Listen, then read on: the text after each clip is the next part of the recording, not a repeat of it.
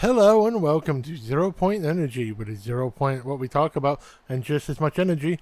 I'm Sean, And this is Jorge. and tonight I think we're going to remind the world of something very important. Do you know what that is, Jorge? I have no idea. We're going to remind everybody that Zydex comes in a little glass vial. A little glass vial. A little glass vial. And if you don't know what we're talking about tonight, we just got done watching Repo, the genetic opera, the 2008 wonderful dystopian future movie that kind of reminds us of the current course of development for the United States at the moment. Yeah, unfortunately. And honestly, I remember this thing being called the genetic rock opera. Not just the genetic opera. But you know what? I don't know. I always just remember it as Repo, the genetic opera. And in my personal opinion, I really feel like the 2010 Jude Law movie Repo Men is set in the same universe. It probably isn't, but I feel like it should be. It probably should be. But at the same time, you don't have the amazing set pieces that they have here. You don't have the amazing, music. Okay, maybe not amazing music. True, but it just follows the life of two repo guys going about harvesting people's organs. It's an inglamorous job. I was expecting you to say somebody's got to do it, but no, nobody. It's a dirty has to do that job, and somebody's got to do it. I mean, I'm surprised we didn't see Mike Rowe in this movie that has so many stars in it.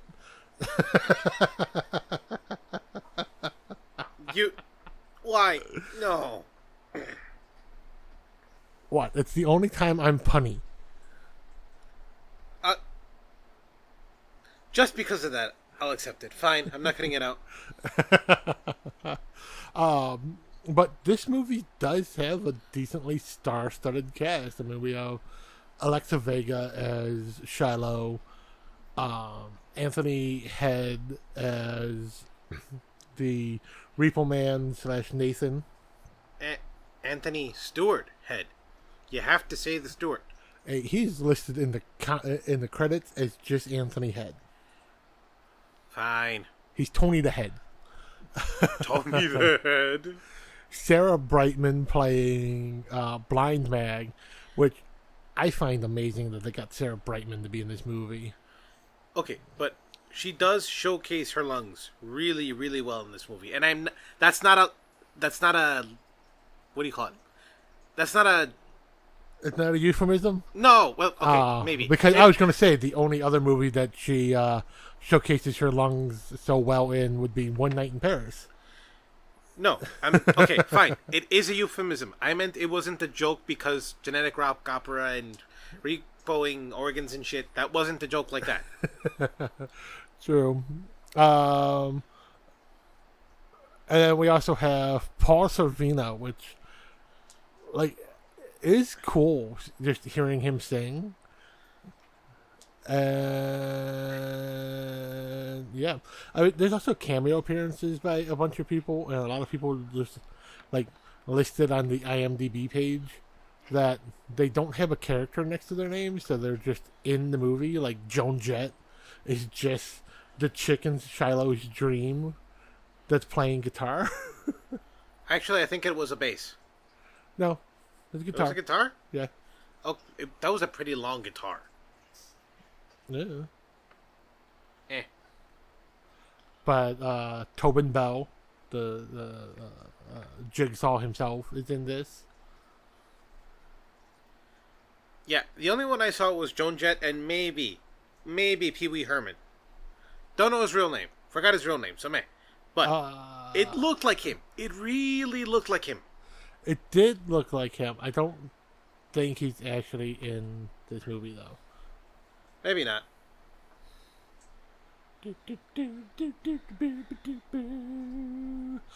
But the entire Largo family,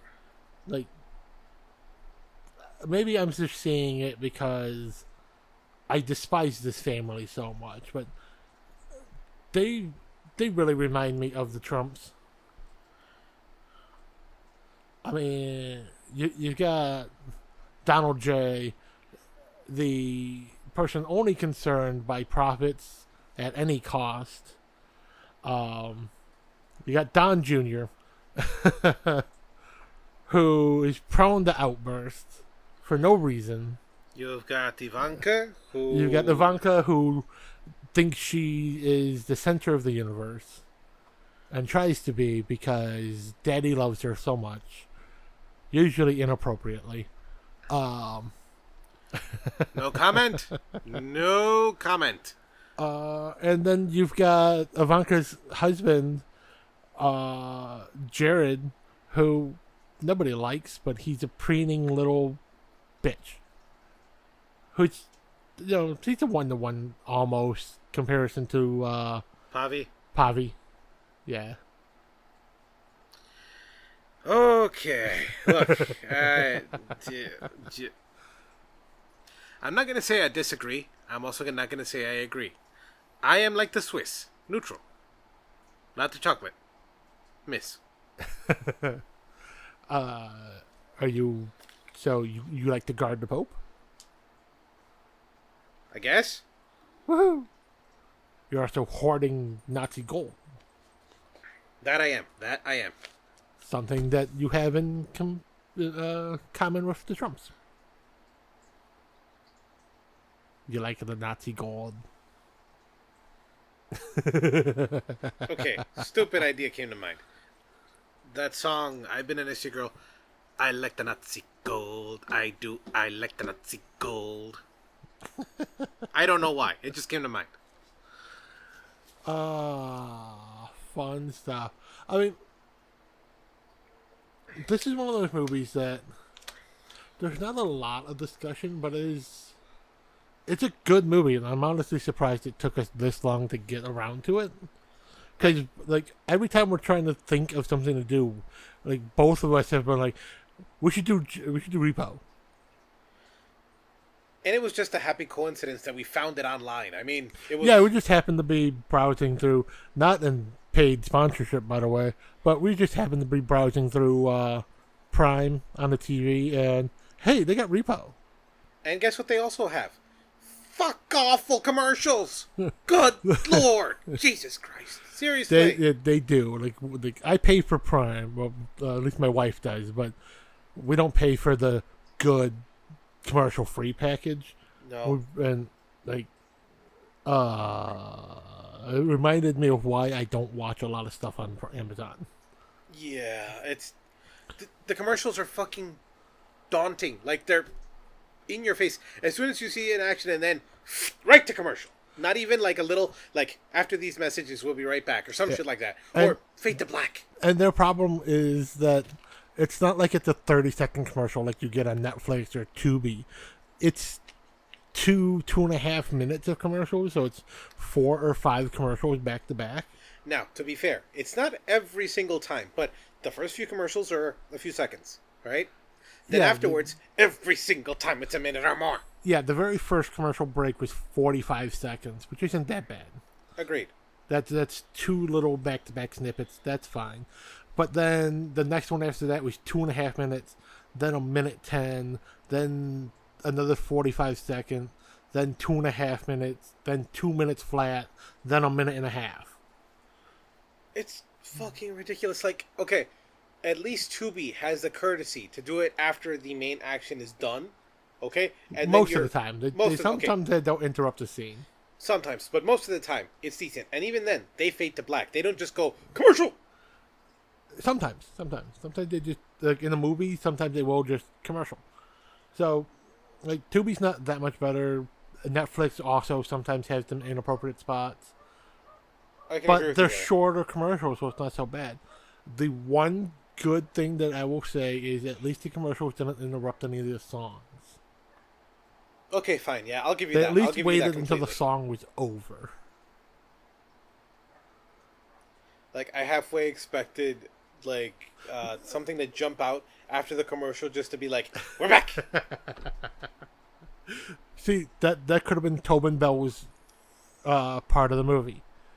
He could have jumped up in the fucking jigsaw mask And just, that's it. It's only for the TV edits every time they come back from commercial. I'm gonna get you. You want to play a game? Actually, I was thinking more along the lines of like, want to watch a movie? Yeah, that would have been fun. Okay. Like, they could even had Paris Hilton sing us the commercial. Give her something to do. And then you could have used her costume changes and her face changes as the commercial bumps. So we fade the commercial with one face, and we come back from commercial with a new face, but it's still the character of Amber. Yeah, it was.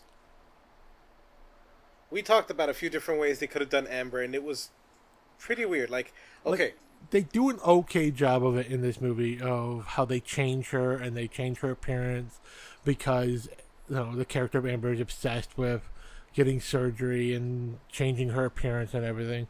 But, like, if they updated this movie and did it again, the absolute best way to do that, and would also make it fun, is if you just did the Texas switch. So every time she like glides past somebody, or like one of the gen turns gets in the way, so she has to bump into them to change scenes. That when she comes back on screen, they've changed the actress that plays her. Yeah, I mean, they could have had a lot of fun with that. We could have gone with different actresses. We could have gone with like skinny body, and then because surgery, really busty, really big butt. Like it's plastic surgery. You could have done a bunch of shit with this. Or what you do is you don't get a named actress to play the role of Amber. What you do is you get one of those just generic white girls that can just disappear into a crowd, and you find 5 or 6 of those just sorority girl lookalikes. Like Marlon Wayans. There are enough Wayans brothers. We could do that. There are enough Wayans brothers. That's it. We will recast Amber as the entire Wayans family. And we'll just white girls it. I would love that. I would love to see that. And that's the thing. You start the movie with the actual actress, and then every other time you see him, you see her, it's just one of the Wayans in the full prosthetics and everything. Now I'm just thinking about Terry Crews with the and I need you. I mean, they did have Sarah Brightman, but that wasn't Sarah Brightman's song. True. Although Sarah Brightman is beautiful in this, even with like the what do you call it? Her eyes gouged out and the stuff. Eyes. No, the eyes were beautiful. But I mean, even with the gouged out and the blood, like the gothic horror of it is beautiful. Yeah, that was weirdly arousing. Not what I said. You're putting words in my mouth, you bastard. I am not putting words in your mouth. I'm putting words in my mouth. That was weirdly arousing. Okay, fine. We'll agree with you there. Fine. Okay, your words, not mine.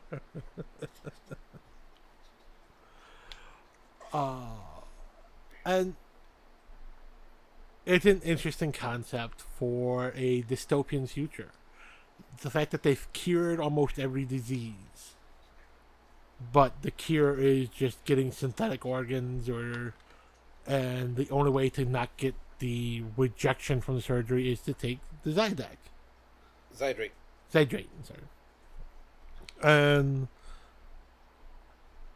But then the fact that your organs are a commodity, and they can be repossessed like a car. Because, like, right now in the world, that's a thing. You have a lot of people who don't pay medical bills, especially here in the U.S. And, like, what are they going to do? Take the fucking heart back? In this world, yes. It's...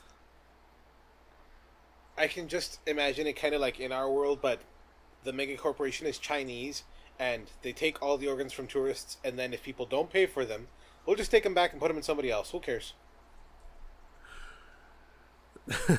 Dude, you've heard the stories. No, I had the dumb thought from that. Like, right now the stereotype for, like, Chinese tourists coming to different countries, especially America, is they're all walking around with cameras taking pictures. And in that form of dystopian future, what they do is they're walking around with scalpels, just taking organs. Would make sense considering the way it's made, because they had these big, like, wrench-like scalpels. One end was sharpened. I don't know what the other one was. It looked like a key. You know what? It could be a form of rib spreader. Okay. So they could get hearts and lungs and stuff out.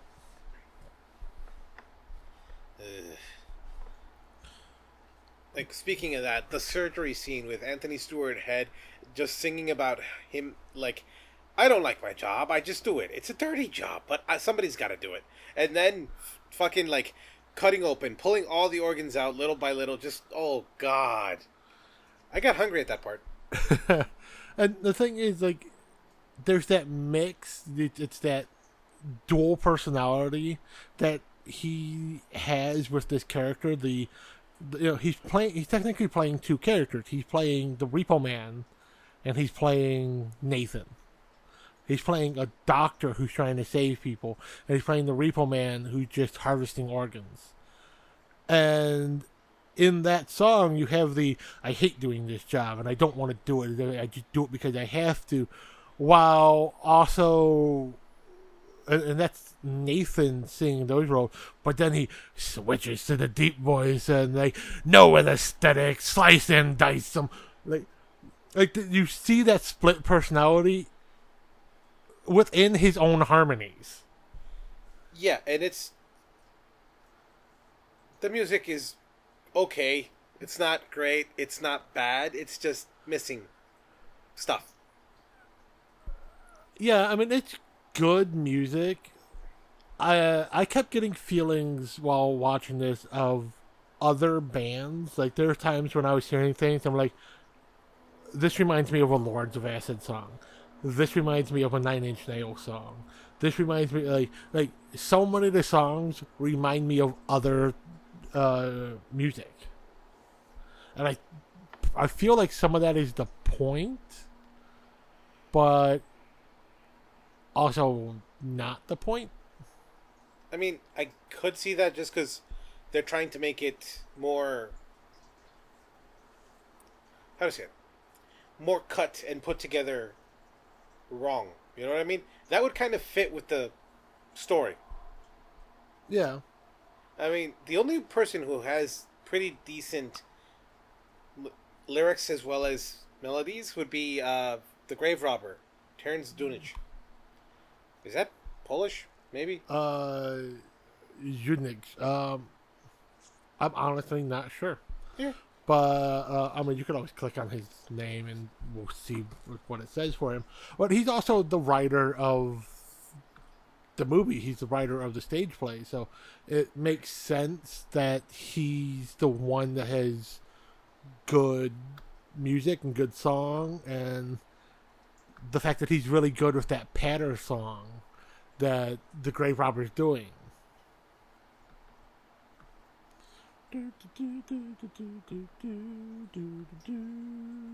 He's in two other, I don't know if they're movies or if, okay, that's movies.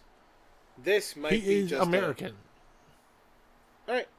He was born in California.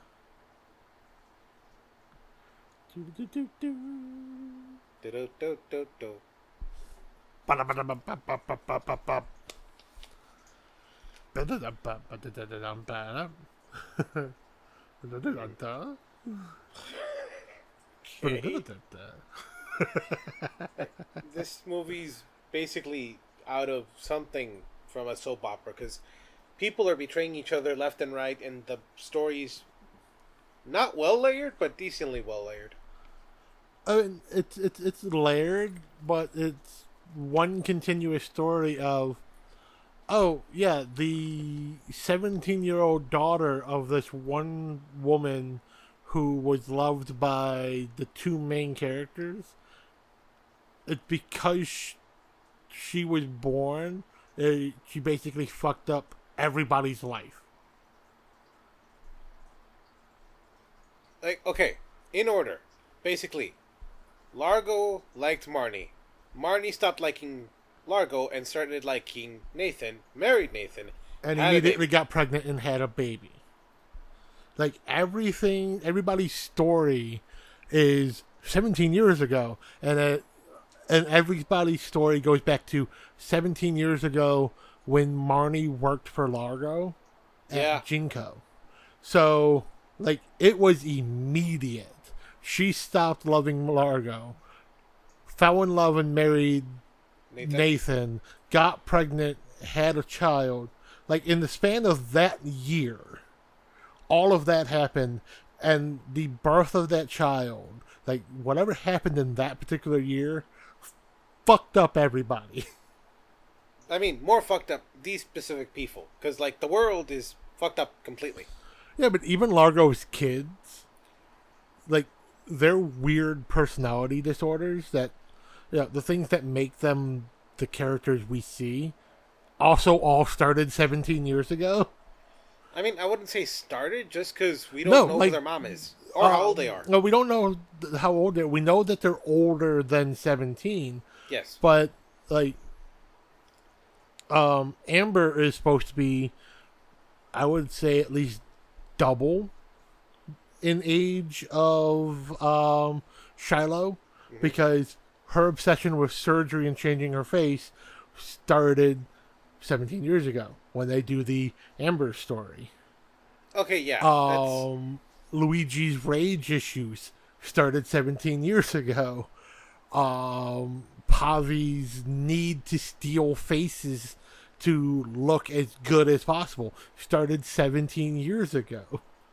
Okay, so there's probably some kind of backstory we don't know. Something besides the birth of Shiloh and the Marnie of it all probably fucked everything up. Yeah, but even Mag, like Blind Mag and her becoming the best opera singer started with her getting her new eyes 17 years ago. Speaking of that song with the projection of Marnie's mother in the... Yeah, that's the song that reminded me of a Lords of Acid song, because that little bit of syncopation when they show the mother singing is like, I heard that in 2 or 3 Lords of Acid songs. Especially as that little bit of operatic, just the way they carry the notes for it. I don't know. It's one of my favorite songs in the movie, besides 17. It is. It's a great song.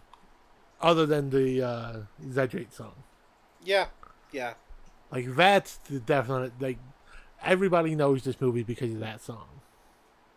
Yeah, that's the iconic song for this entire film / play. Like, I don't know. I remember this being a lot better than it is now, honestly. And it kind of annoys me. Like, how fucked up was I as a kid? Well, I mean, over a decade will do that. It's been 15 years since this movie came out. Okay, you're right. Longer than that. But at the same time, other movies we've seen have held up. RoboCop. Demolition Man. Oh, okay. Yeah, some of them have. Like, this movie still holds up. It's a good story. It's layered improperly. I'll give you that, yeah, definitely. And there is that, like you said, there's that little bit of lore that is missing for the... Why does everybody's life go to shit 17 years ago? Like, did Roddy have such a just amazing boner for Marnie that he basically ruined his family and his business and the world because he lost her? 2 words. Trojan War. I mean, really. Which is also a good movie. It's kind of funny, too. I refused to watch it back in the day. I forgot why. Because it's one of those high school stories about a kid just trying to get laid at the last night of school. I was in high school at the time. I could relate. Were you? Yeah. I was. I don't know if you were. I could swear that movie came out in like 2000. I swear it came out later. Maybe you're right. I don't know. I know it's got Will Friedle in it. Fine. And Jennifer Love Hewitt. No, really? Hold on, I'm pulling it up. I don't know. I forget. Trojan War. I've watched a lot of fucking movies. Okay, Trojan Girl. Grr.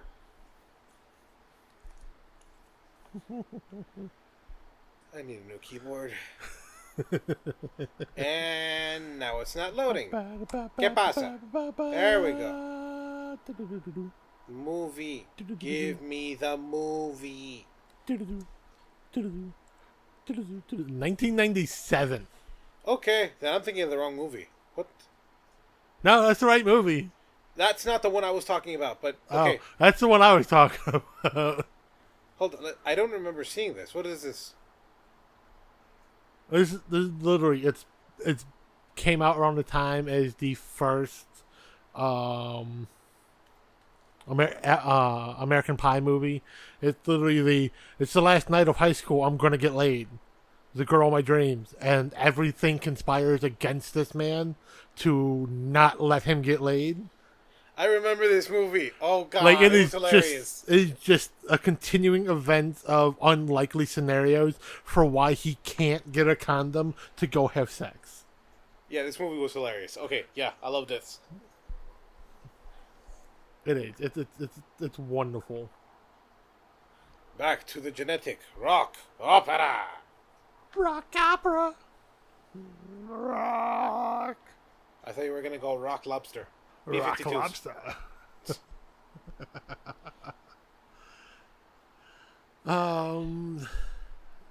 I mean, considering that the song that everybody knows is the Patter song, the Zydrate gums in little glass vials, there's very little reference to Zydrate in the movie.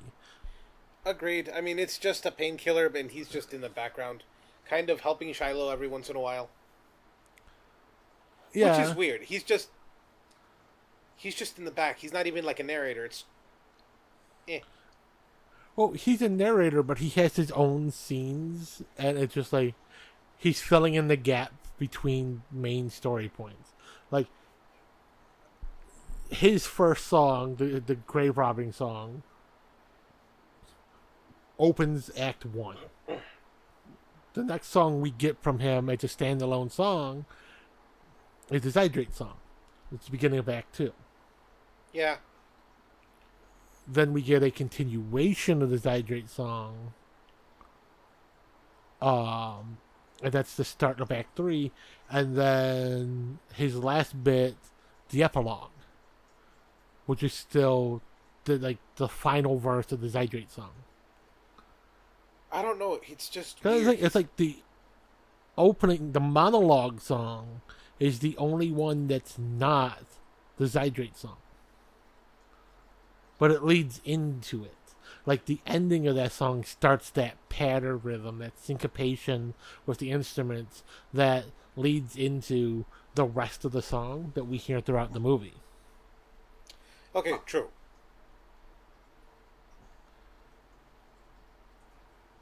So it's fun. I like it. Another point of weirdness in this movie is specifically the the addiction to surgery and such. Like the family being addicted to it because they're the ones who can pay for it every single time makes sense. Their crimes being covered up because they're rich makes sense, but at the same time, somebody having so much money and doing all of that and not even caring is a little weird to me. Elon Musk.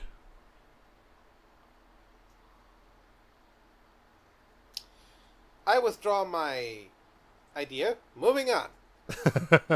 Or the Trump family. No, but okay. Yes, but you have this... All of the Russian oligarchy. Okay. Another idea then. Hear me out, okay? The royal family. I mean, examples of people with so much fucking money that they can hide any crime and people just accept it. I mean, come on. No, but that's the thing. We know the Queen had Princess Di killed.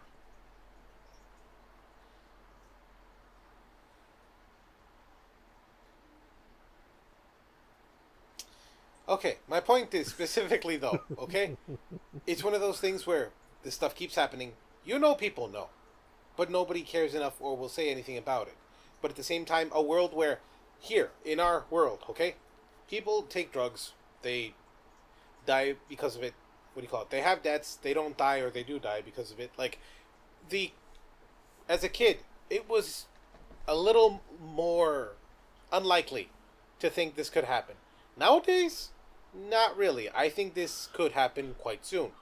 And that scares the bejesus out of me. See, that's because we, in a post-Reagan world, we started to apply checks and balances to the ultra-wealthy again. And then those started going away.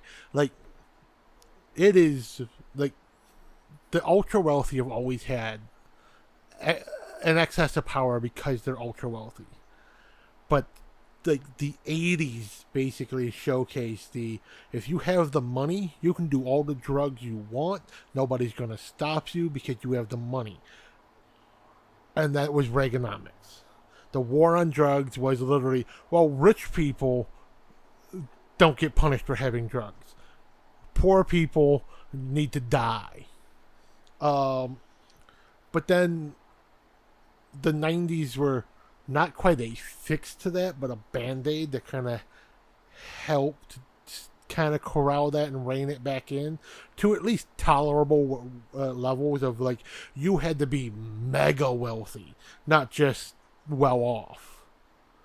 And then the mid-2000s happened. And Donald Trump became president for the first time. And all of the sanctions, all of the things that kept the wealthy in check were rolled back.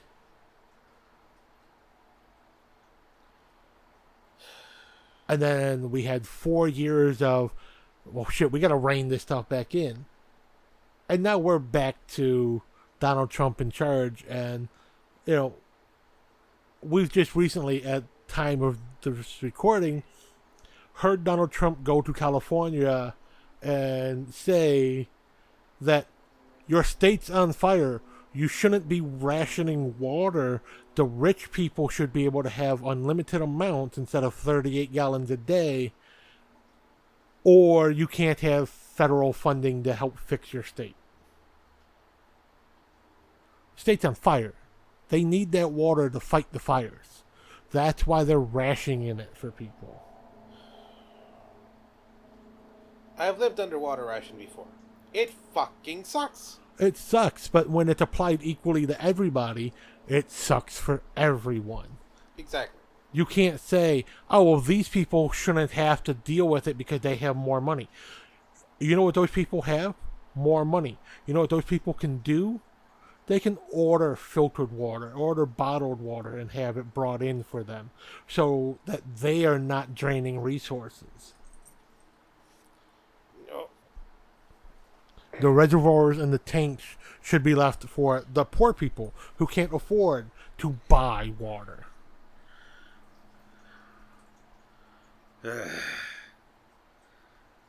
You're completely right. But this... Okay, lately I've been thinking about how the social contract works with money and getting paid and using it as a store of value to actually get stuff done. If that system itself is being abused, then we should have a new system. The problem is building a system like that from bottom up is difficult as fuck. And there's no real way to think about how to secure it from being abused the way it is now. Because the people at the top always are the ones with the most power, every fix that they try to do, they don't think of starting at the top, they start at the bottom. And you're never going to fix something from the bottom up when the problem is the top. You have to start at the top down. Like, if you have a tower that's collapsing because the top floor is too heavy,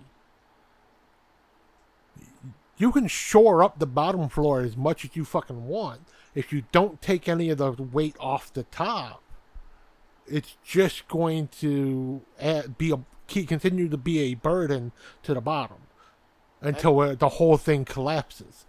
You have to take from the top to give to the bottom. Or you can pay a few guys in the Middle East to get rid of that tower for you. Sure. Or two of them. I mean, Boeing's always looking for an excuse to get rid of people. And they have a surplus of planes that barely fly. Yeah. But no, like, it's one of those concepts of even hearing me say it out loud that you have to take from the top to reinforce the bottom. You know what that sounds like? Trickle-down economics. Exactly. The problem is, that's not how it works because nobody takes from the top to give to the bottom. They just take from slightly lower than the top and push it up higher. There's another thing that they're doing that might work. Nobody's going to like it, though. Ha. They're getting rid of the middle class. Yeah, essentially what our society is built on is it's a Jenga tower. They're only pulling from the bottom and pulling from the middle, and they're stacking it on top. And eventually the tower is going to fall. And what we should be doing is taking from the top. Which, you know, there should be caps on wealth. Like, I mean, great example to that is Bezos and Musk. They have so many billions of dollars. Like, even $1 billion is an amount that the average person cannot fathom. If you worked 24 hours a day, every day of your life, from the second you're born until the second you die of old age, you will never see $1 billion. And we have people in our country who are worth hundreds of billions. Yeah, that ain't right. That is just not right. Wow. Like, realistically, I mean, the best example of that is SpaceX, Elon Musk's company. They take a bunch of the cost upon themselves when they launch those new rockets, those experimental rockets. Like, when they were testing that self-landing thing, they blew up like 10 rockets at $250 million each. And it barely dented Elon Musk's personal wealth. Fuck. Now I'm depressed. Yeah. And the fact that we have people who have that much money who are like, I don't make enough money. I shouldn't have to pay taxes. No, you should have to pay more taxes. The taxes you pay should be based on the percentage of the money you have when we calculate your personal wealth. So me, as somebody who makes $27,000 a year, let's say I have to pay 10%. So I pay about $2,700 worth in taxes every year. That's fair if the guy who makes $450 billion has to pay $4.5 million. I mean, we've heard it multiple times from, like, the only billionaire I actually respect and like, because he's actively trying to spend his money because you can't take it with you, and that's Warren Buffett, where, like, he's the CEO of Berkshire Hathaway. Like, recently it's been in the news for him a lot. It's like, he paid the taxes for his company, and he paid them to like $6.75 million in taxes. That's just the corporate tax. He himself also paid like $1.3 million in taxes. And he even said, if him and the next 5 richest people in the world, from his point, like, he's like number 20 on the list of the richest people in the world. Even in the richest people in the United States, he barely cracked the top 10. It's like him and the next 5 up. If they all paid their fair share in taxes, we would pay off the national debt. in 2 years. I think the national debt's like at 100 and something trillion now. It's at 200 and something trillion, like 270 some odd trillion. Goddamn. Okay. Goddamn. As is the thing, if 5 of the poorest billionaires in our country paid their fair share of taxes, we could pay off the national debt in 2 years. If we got one of the richest people to pay their fair share, we could probably do it in 1. If we got all of them, we would have a surplus. But they just want to hoard their wealth for no reason. You know what else hoarded their wealth? The Catholic Church? I was going to say dragons. You know what you did with dragons, right? You sick the British on them? Especially if they're named George? Something like that. I mean, if you watch something like what do you call it, of Smaug? What was that movie? Desolation of Smaug. That's Smaug. it. Then the next movie, he dies. And guess who gets all the gold? Bard. No, the humans and the dwarves. True. And guess what? They shared. They were forced to, but they shared. Hey, you split it evenly amongst everybody. It's almost like socialism actually works. What doesn't work is communism. Social, commune, I'm kidding. Shut up, people. It is not the same thing. Socialism works. It's society providing Kinda. for society. It's basically, if I tax you, here's what I spend those taxes on, and it makes us all better. You provide a social safety network for people. Hopefully, no homeless people, unless, by that I mean you support the homeless people to make them not homeless. Don't misinterpret me. No. Hopefully no homeless people in that case, because they will want to be a part of society and not leave it. I've met a few homeless we could also people who are conscript them happy where all they are. permanently into the military. Okay. So you see, that's where you get utilitarian. That's where you scare the bejesus out of me. Utilitarianism is it's a good thing, though. What? Are you going to say in Spanish, es muy útil? It's very useful? It is very useful. No. But think of it. Like, what is a majority of the homeless population? Veterans. Yeah. Why? It's because they come home, they leave the military, and now they don't have that support system. They don't have that structure in their lives. They don't have shelter, food, medical. Don't make them leave the military. That sounds like the guys who were too long in the prison system, so then they can't leave and they just like steal something petty and then they go back because this is the only way I know how to live now. Exactly. That's mostly because the U.S. military also weaponizes autism. It's the military in general. Like, think of it. People who function at a higher level when they have rigid structure, when they're given a specific set of instructions and they only have to do that. If they space out and daydream for a second, they can easily figure out what they're supposed to be doing by just looking at the guy next to them, because he's doing the exact same fucking thing. Yeah, I miss school. Yeah, because we went to the horrible prison schools that are the Chicago public school system, where 40 kids in the class and it's just rote memorization. Like, I wish they would bring rote memorization back. Like, I get it. There are a lot of educational experts who say that is a system that does not work well. But if it didn't work, why are there so many highly educated people who are in their 40s, the 30s, 40s, 50s, 60s? Why are so many successful people who came from those systems? Like, okay, yes, but at the same time, not where I was going. Where I was going was, I missed school because I was fucking good at it. I was good at that shit. Yeah, because you were told to do a specific thing at a specific time, and you had nothing else to do but that thing. For 45 minutes, we're going to read a book. Awesome. I'm going to sit here and fucking read the shit out of this book. That's all I have to do for 45 minutes.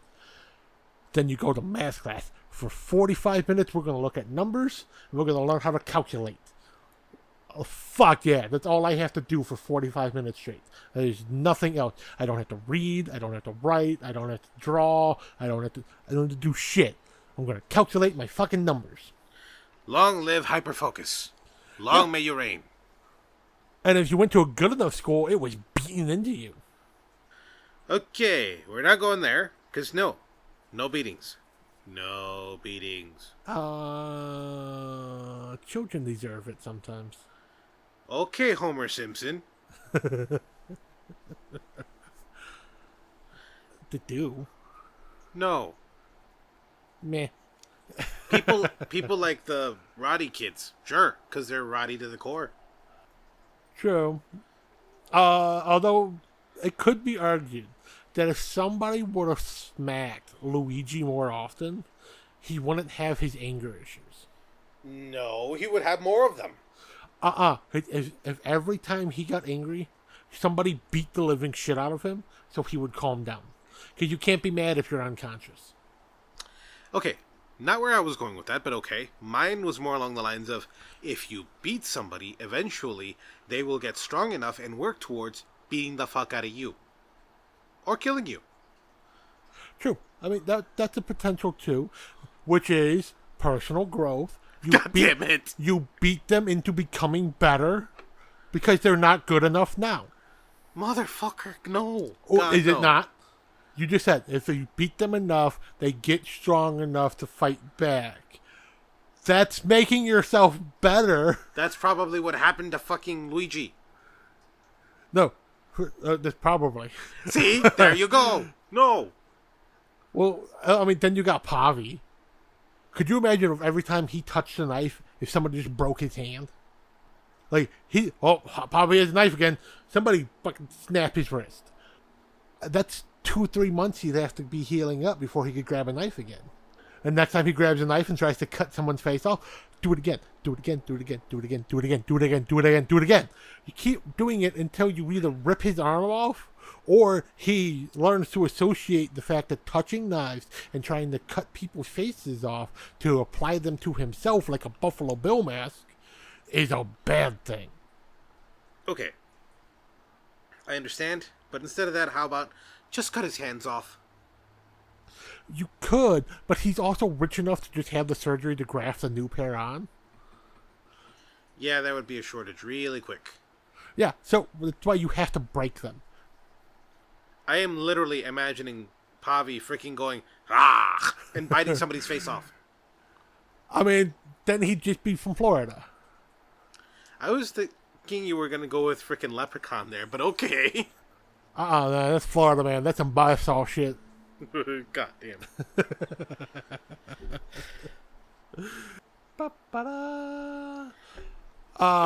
So we went off on a decent little tangent there. I mean, decent. It's been probably more than half of this. That happens sometimes. I mean, this is definitely a good movie. It is worth the watching. The music is... I'm willing to say the music is fantastic.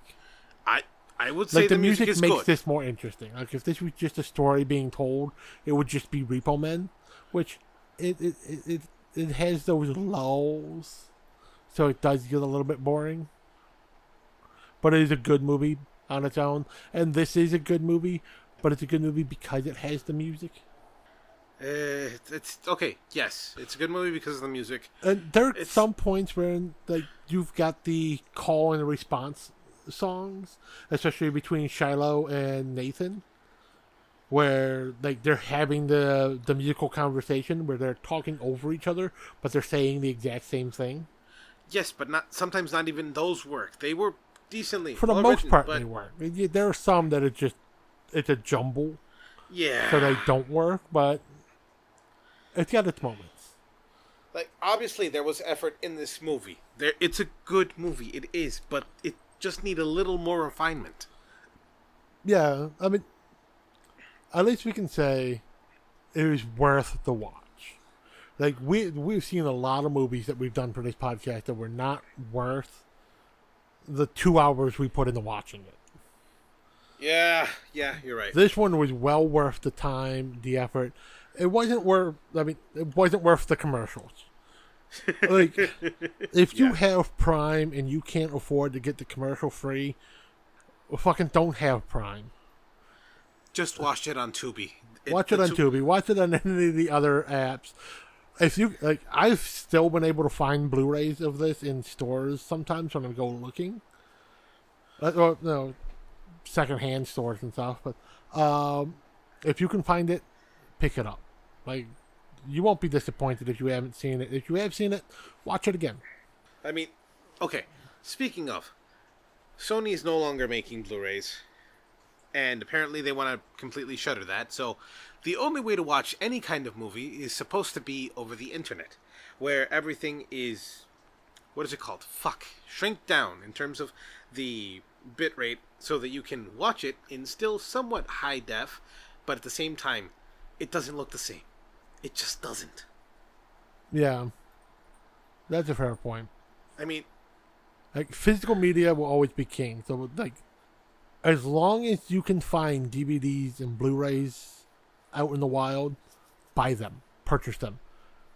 Don't hoard them. Don't buy 5 or 6 fucking copies. Don't be a dick. Let other people get some movies. agreed. But find your favorites and make sure you get a copy. Because you can lose internet. But as long as you have power, you can still watch your disc. Hell, try to copy them digitally. That way you have the entire disc. You don't just have a video file. You can still keep that, because that's what I'm doing with my stuff. That's what I'm going to do with Sean's stuff, because that way it'll last. Because if you don't, then eventually Blu-rays and DVDs will just wilt. They will no longer work. The laser might not be strong enough to read the disc. And like anything physical, age has its effects on them. DVDs and Blu-rays, the physical disc, they do deteriorate over time. It takes longer. I mean, it's the same with VHS and Beta and Laserdisc. Like, they're still functional, but there's a lot of them that have been lost to time. I mean, even records. Like, yeah. If you have decent control, records will last you a long-ass time. Like, control of the elements, like heat, if you stack them correctly, that sort of thing. Because you're not supposed to stack them on their side. You're supposed to keep them vertical. Yes. You don't lay them flat. You keep them vertical. And ideally, keep them in the little paper sleeves. Because it's not regular paper. It's treated. Those little cardboard sleeves are not cardboard cardstock. They are treated particle board. Like, as long as they stay in their sleeves, your records will last you decades. My family still has some from the 70s that still work. They're still in the original box. That is one thing I am super disappointed that I lost because of flooding. I had two